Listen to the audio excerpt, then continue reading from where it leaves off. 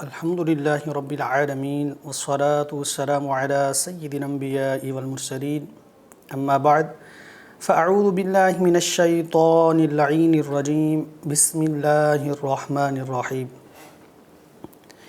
رمضان مقدس اللہ کا مہمان مہینہ بڑا ہی بابرکت اور اللہ کی رحمتیں اس مہینے میں چھما چھم برستی ہیں اور رحمتوں والا مہینہ ہے۔ اس مہینے کے بارے میں آتا ہے، نبی اکرم صلی اللہ تعالیٰ علیہ وآلہ وسلم نے ارشاد فرمایا کہ رمضان میری امت کا مہینہ ہے۔ رجب یہ مہینہ جو ہے اللہ کا مہینہ، اور شعبان میرا مہینہ، اور رمضان میری امت کا مہینہ ہے۔ اور رمضان کریم جیسے ہی شروع ہوتا ہے تو اللہ کریم کی رحمتیں چھما چھم برسنا شروع ہو جاتی ہیں۔ اللہ کریم جنت کے دروازوں کو کھول دیتا ہے، جہنم کے دروازوں کو بند کر دیا جاتا ہے، شیطان مردود کو قید کر دیا جاتا ہے۔ تو یوں جو ہے مسلمان کے لیے ہی بڑی خوشخبری کا اور اللہ کا یہ مہمان مہینہ بن کر آتا ہے۔ تو اس مہینے کے اندر ہمیں اللہ کریم کی عبادت کرنا چاہیے، اللہ کریم کو راضی کرنا چاہیے، اس کے اندر خوب دعائیں کرنا چاہیے، اس کے اندر استغفار کرنا چاہیے، اور اس کے اندر قرآن کریم کی خوب تلاوت کرنی چاہیے، نوافل کا اہتمام بھی کرنا چاہیے، موقع ملے تو ذکر و اذکار کے اندر اپنے وقت کو گزارنا چاہیے۔ قرآن کریم کے تلاوت کے حوالے سے یہ مہینہ، میں اس کے آپ کو فضیلت بھی بتاتا ہوں کہ سب سے پہلے میں آپ کو قرآن کریم کی ایک فضیلت بتاتا ہوں۔ یہ ابھی بر صغیر کے اندر، یہ پاکستان ابھی الگ نہیں ہوا تھا، ہندوستان کے اندر ہی ایک بندے کو دفنانے کے لیے اس کی قبر کھودی گئی۔ جب قبر کھودی تو 7 والی جو قبر تھی اس کی دیواریں گر گئیں۔ جب دیواریں گریں تو اس کے اندر سے جو 7 والی قبر تھی، مشک سے بڑھ کر تازہ پھولوں کی، گلاب کے پھولوں کی خوشبوئیں آنے لگیں۔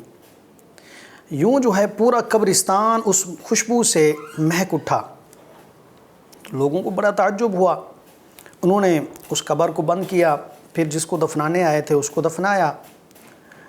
دفنا کر جب چلے گئے تو اس میں سے ایک بندے کو بڑا تجسس ہوا اور بڑا ہی تعجب ہوا۔ اس نے کہا کہ میں معلوم کرنا چاہتا ہوں، یہ جس کی قبر تھی اور اس طرح عمدہ قسم کی خوشبو اور قبر مہک رہی تھی، کفن بھی سلامت تھا، بندہ بھی سلامت تھا، یہ وجہ کیا ہے اس کی؟ یہ ہمیں معلوم کرنا چاہیے۔ تو پھر اس نے سفر کیا، پتہ کیا، پوچھا کہ یہ کس کی قبر ہے؟ یہ فلاں بندے کی۔ انہوں نے بتایا کہ فلاں کی ہے۔ یوں پتہ کرتے کرتے اس کے گھر تک پہنچا۔ جب دروازے پر دستک دی تو اندر سے آواز آئی کہ کون ہے؟ اس نے بتایا کہ میں فلاں ہوں، اپنا نام بتایا۔ نام بتانے کے بعد اس نے پوچھا کہ آپ کے شوہر کیا کام کرتے تھے؟ کوئی عالم دین تھے، مفتی صاحب تھے، کیا ایسا کام تھا؟ حافظ قرآن تھے؟ کہ ہم نے اس کی قبر میں دیکھا ہے کہ گلاب کے پھولوں سے بھی بڑھ کر عمدہ قسم کی خوشبو آ رہی تھی۔ تو اس کی بیوی نے کہا، اندر سے خاتون نے آواز دی اور بتایا کہ میرے شوہر جو تھے وہ سادے قسم کے بندے تھے، اور کوئی عالم بھی نہیں تھے، حافظ قرآن بھی نہیں تھے، مفتی بھی نہیں تھے، مفتی صاحب بھی نہیں تھے، لیکن ان کا یہ معمول تھا کہ صبح سویرے جب نماز کے لیے جاتے، فجر کی نماز ادا کرتے، نماز کے بعد جب گھر آتے تو قرآن پاک کو اٹھاتے۔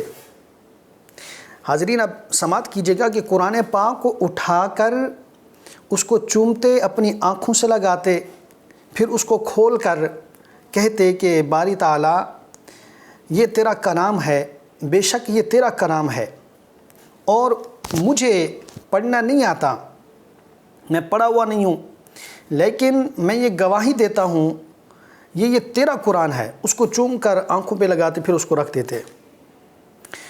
اللہ اکبر۔ تو یہ قرآن پاک کو فقط اٹھا کر چومنے کی اور اس کو دیکھنے کی برکت ہے کہ اللہ کریم نے اس کی قبر کو بھی آباد کر دیا، اس کی قبر کو جگمگا دیا، قبر کو جنت کا باغ بنا دیا۔ سبحان اللہ۔ تو قرآن پاک کے تلاوت کرنے کے حوالے سے میں آپ کو عرض کر رہا تھا کہ یہ مہینہ قرآن پاک کی تلاوت کرنے کا مہینہ ہے، قرآن کو سننے کا مہینہ ہے۔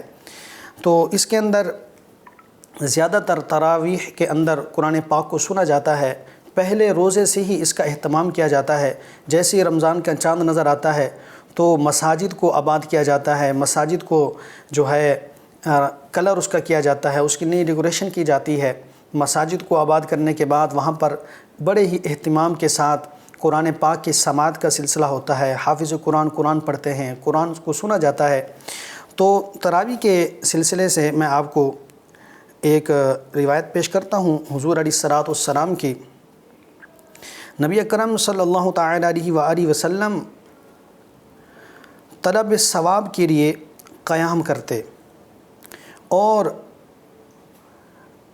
کچھ دن حضور علیہ الصلوۃ والسلام نے مسجد نبوی میں آ کر قیام فرمایا اور تراویح پڑھی۔ پھر حضور علیہ الصلوۃ والسلام نے اس کو ترک فرما کر گھر کے اندر اس کا اہتمام فرماتے، اور حضور علیہ الصلوۃ والسلام نے فرمایا کہ اگر میں پراپر طریقے سے مسلسل اگر اس کو پڑھا جاتا تو مجھے یہ اندیشہ تھا کہ میری امت پر یہ فرض نہ ہو جائے، اور مجھے امت کے اوپر اگر یہ فرض ہو جاتی تو میری امت مشقت میں آ جاتی، تو اس وجہ سے میں نے اس کو ترک کر دیا ہے اور گھر پہ اس کو پڑھتا ہوں۔ سبحان اللہ۔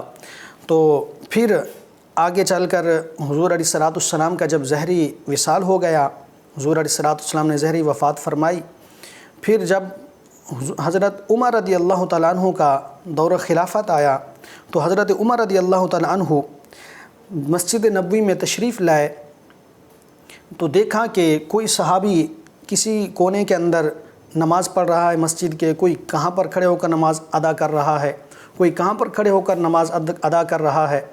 تو فاروق اعظم رضی اللہ تعالیٰ عنہ نے ارشاد فرمایا کہ اگر کیا ہی اچھا ہوتا کہ سب مل کر جماعت قائم کرتے اور جماعت کے ساتھ نماز تراویح پڑھی جاتی۔ تو آپ نے حضرت ابی بن کعب رضی اللہ تعالیٰ عنہ صحابی رسول کو حکم دیا کہ آپ کل سے جماعت کروائیے گا اور جماعت کے ساتھ تمام صحابہ کرام کو نماز تراویح پڑھائیے گا۔ تو یہ صحابی رسول جو ہے دوسرے روز صحابہ کرام کو لے کر جماعت قائم کی۔ پھر جب فاروق اعظم رضی اللہ تعالیٰ عنہ تشریف لائے تو دیکھا کہ تمام صحابہ کرام جماعت کے ساتھ نماز تراویح ادا فرما رہے ہیں۔ تو فاروق اعظم نے وہاں پر خوبصورت الفاظ ادا فرمائے کہ نعم البدعۃ ھذہ، کتنا ہی اچھی بدعت ہے اور کتنا ہی اچھا یہ طریقہ ہے۔ تو حاضرین، صحابہ کرام کا یہ معمول تھا کہ آپ نماز تراویح کا اہتمام فرماتے، اور صحابہ کرام کے دور سے 20 رکعت تراویح پڑھی جاتی اور بڑے ہی اہتمام کے ساتھ قرآن پاک کو سنا جاتا۔ تو ماہ رمضان جیسے ہی شروع ہو ہمیں استغفار کے اندر کثرت کرنی چاہیے، قرآن پاک کی تلاوت کے اندر کثرت کرنی چاہیے، صدقہ و خیرات کے اندر کثرت کرنی چاہیے، اور مسلمانوں کو روزہ افطار کے اندر جو ہے اس کا افطاری کے اندر اہتمام کروانا چاہیے۔ اگر کوئی سحری کروا سکتا ہے تو سحری بھی کروائیں، تو خوب برکتیں اور رحمتیں لوٹیں۔ اللہ کریم ہم سب کو رمضان کا خوب ادب و احترام کرنے کی توفیق عطا فرمائے۔ آمین بجاہ نبی الامین وصلی اللہ تعالی علیہ وآلہ وسلم۔